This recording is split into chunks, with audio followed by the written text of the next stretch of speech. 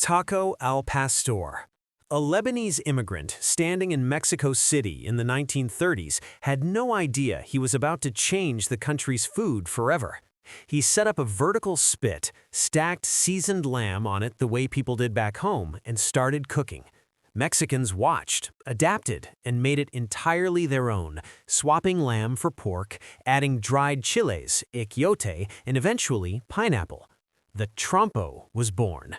Today, the meat rotates slowly on that vertical grill, shaved off in thin layers and served on a small corn tortilla with onion, cilantro, and a slice of that same pineapple. The flavor hits all directions at once: smoky, sweet, acidic, rich.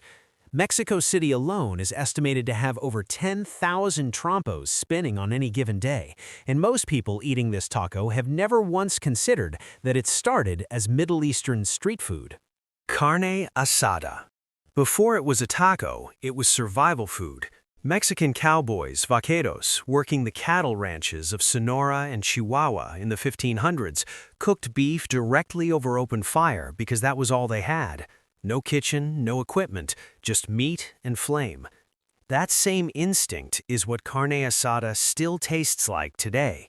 Skirt steak or flank steak goes into a marinade of citrus, garlic, and salt, then hits a grill at high heat until the outside chars and the inside stays tender.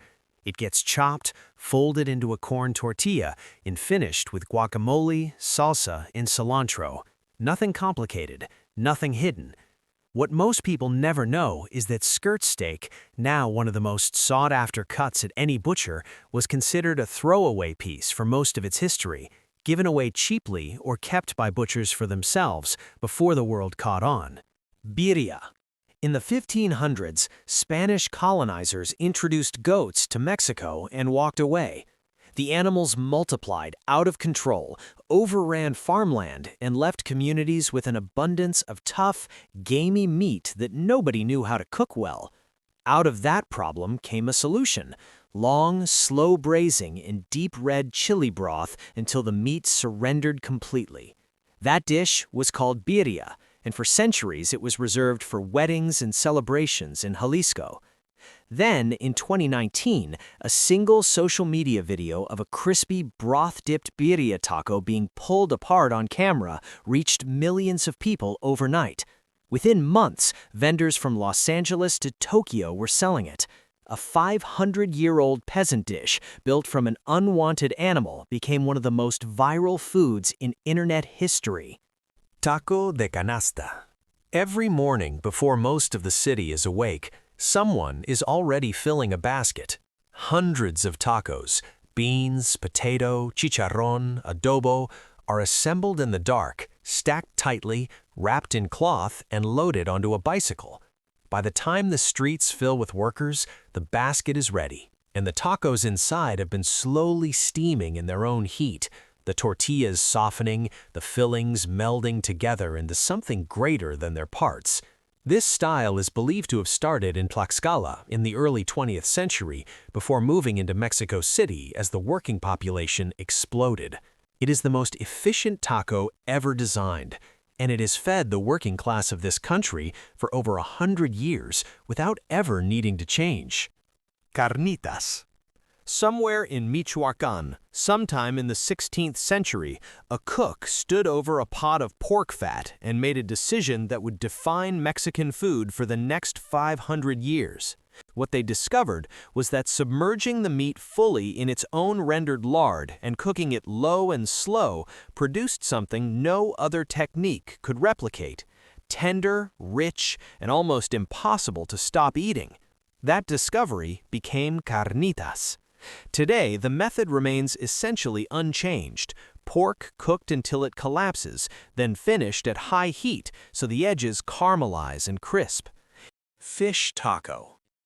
In the 1950s, a small street stand called El Fenix opened in the port city of Ensenada and started selling something most of Mexico had never seen: battered white fish, fried golden, laid into a corn tortilla with shredded cabbage, white cream sauce, and lime.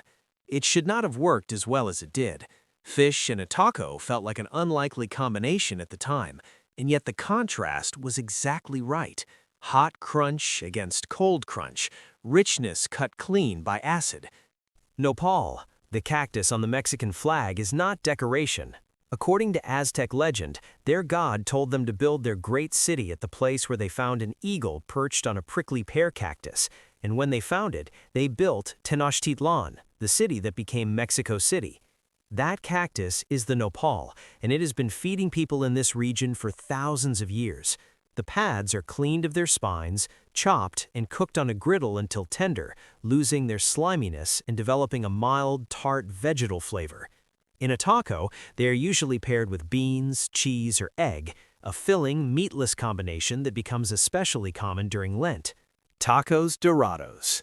Long before anyone invented a factory to stamp out a hard taco shell, cooks in Mexico were already making this. The technique is ancient.